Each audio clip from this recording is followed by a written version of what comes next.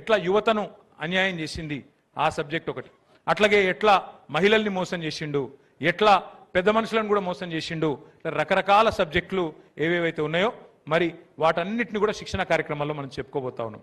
ఇక మీరు చూస్తూనే ఉన్నారు ఏం జరుగుతూ ఉందో, నేను ప్రత్యేకంగా చెప్పాల్సిన అవసరం లేదు.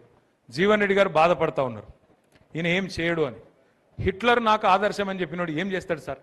హిట్లర్ నాకు ఆదర్శం, హిట్లరే నాకు స్ఫూర్తి, ప్రపంచంలో ఎవడన్నా రావణాసురుడు నాకు స్ఫూర్తి అంటాడా? శ్రీరాముడు నాకు స్ఫూర్తి అంటాడు.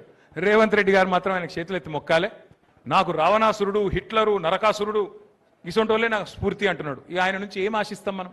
పెద్దగా ఆశించేందుకు ఏం లేదు. కానీ ఒకటి మాత్రం పక్కా, సినిమా ఇవాళ రేపు ఎట్లాంటి రోజులు అంటే మన పిల్లలు ఎంత హుషారున్నారంటే ఆ యూట్యూబ్లో ట్రైలర్ వచ్చిందో లేదో సినిమా హిట్టా ఫట్టా చెప్తున్నారు, ట్రైలర్ చూసే చెప్తారు. ఇక అసొంటిది నేను సినిమా ఇంటర్వెల్ దాకా అయ్యేపాయ, 50% ఒడిసేపాయ. ఇంటర్వెల్ దాకా చూసినాం, డిజాస్టర్, ఫస్ట్ హాఫ్ డిజాస్టర్. ఇక సెకండ్ హాఫ్ చూస్తే అంతకంటే ఏం ఆశ అయితే కనబడతలేదు, కొత్తదనం ఏమి లేదు. గవే తిట్లు, గవే బూతులు, రోజు తెల్లారలేస్తే కేసీఆర్ గారు జపం చేసుడు, తెల్లారలేస్తే కేసీఆర్ని తిట్టుడు, మన మీద వాడు ఏడ్చుడు, ముఖం బాగా లేకపోతే అద్దం బల కొట్టుకున్నట్టు పరిపాలన శాత కాదు, మన మీద వాడి ఏడ్చుడు.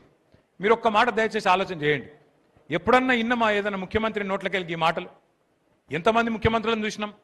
ఎన్టీ రామారావు గారిని చూసినాం, జనార్దన్ రెడ్డి గారు, విజయభాస్కర్ రెడ్డి గారు, మర్రి చెన్నారెడ్డి గారు, రోసయ్య గారు, డాక్టర్ వైఎస్ రాజశేఖర్ రెడ్డి గారు, కిరణ్ కుమార్ రెడ్డి గారు, కేసీఆర్ గారు, ఇంతమందిని చూసినాం.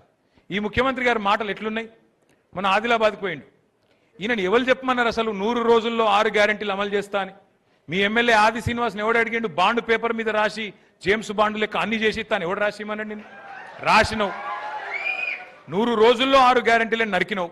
మరి ఏమైంది నాయన అంటే మన ముఖ్యమంత్రి గారు చెప్తున్నారు ఆదిలాబాద్లో 100 రోజుల్లో ఎంత పెద్ద కండలు తిరిగినా పైల్వానైనా పిల్లలు ముట్టిస్తాడే